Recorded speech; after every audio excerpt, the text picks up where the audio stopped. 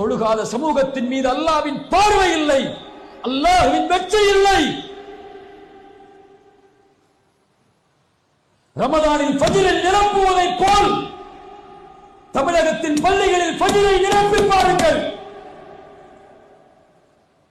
அடுத்த துஹரில் அல்லாஹ்வுடைய வெற்றியை பார்ப்பீர்கள். போராட்ட களம் என்றால் தயாராகக்கூடிய வாலிபர்களே, உன் தூக்கத்தை விட்டு போராட தயாரா? நாளை மறுமையில் விசாரிக்கக்கூடிய முதல் விசாரணை அஸ்ஸலாஹ். பேர் என்ன? பேர் என்ன ஜி? ஹக்கீம் பாய். நாளைக்கு மறுமையில் அல்லாஹ் விசாரிக்கக்கூடிய முதல் விசாரணை அஸ்ஸலாஹ். பேர் என்ன? ராஃபியா.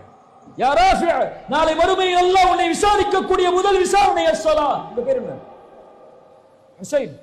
யா ஹுசைன், நாளை மறுமையில் அல்லாஹ் உன்னை விசாரிக்கக்கூடிய முதல் விசாரணை அஸ்ஸலாஹ்.